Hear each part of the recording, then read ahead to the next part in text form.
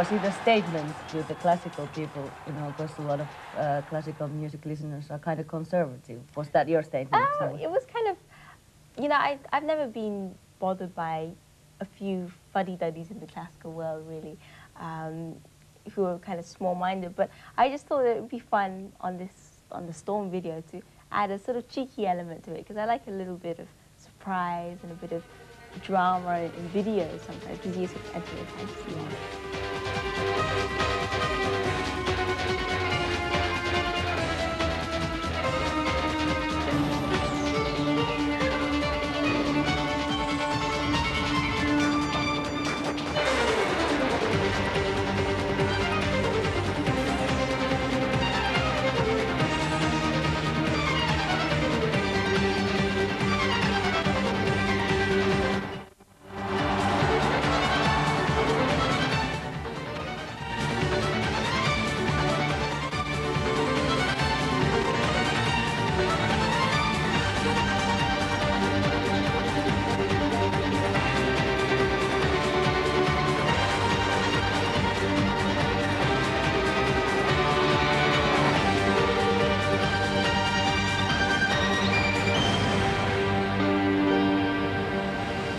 But it's not something that really happened in your life, that you really got angry with the people who didn't understand you? No, I mean, I'm very open up to criticisms and opinions, really, but only from people I respect. And when they come from critics, I think to myself, you know, can they get up there on stage and do it themselves? And 99.99% the answer is no. And, you know, armchair critics, it's easy to criticize success, but it's hard to achieve success. Sometimes I like to do things like that, but if it just shocks people, I don't really like to do that, because I think there's a difference between shocking people musically and being in awe of somebody because they've done something amazing, virtuosic. So I think as a kid, people teach you that music has to sound beautiful. I mean, there are times for making people feel aggressive or feel they want to get out and dance through your music, but I like to start off with a good violin sound.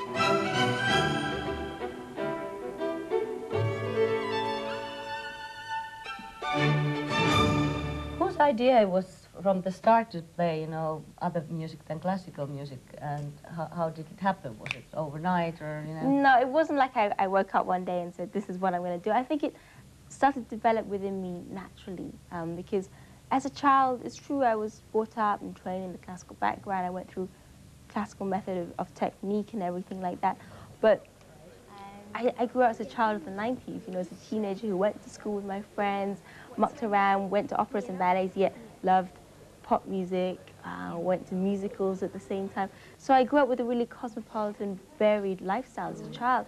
So after making 3 albums when I was like 12 years old, I just felt that I wanted to do something different for the violin. For a long time, the violin had sort of come to a standstill in music.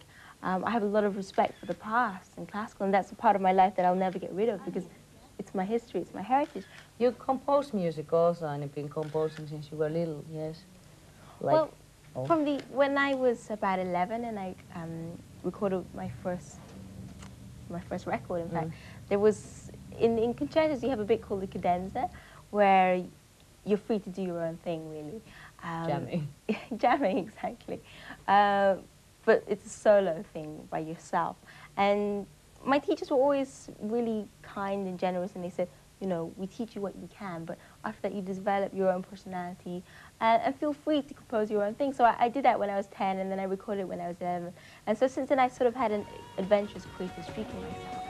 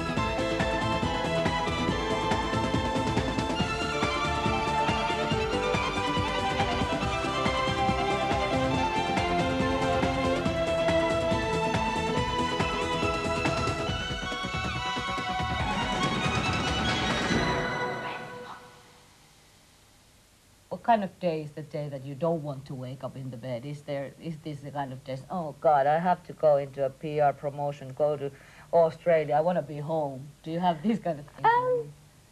No, I don't feel that I should complain about things like that in a way, because no matter how tired you are, you know, whether you've just stepped off like you might not want to know, but I had an ear infection recently, and I had to go to Germany and Poland by train from London, and that took like 22 hours, and then straight away there was press and everything.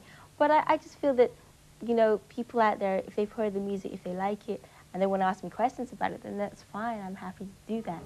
But 3 months on the road, when you haven't seen your father, when you haven't seen your dogs, your friends, you kind of feel like you feel a bit homesick. And sometimes I have to get photos taken of my father and my dogs to see if they've changed, sent to me when I'm on the road. But, you know, it's something that I love, you know, touring.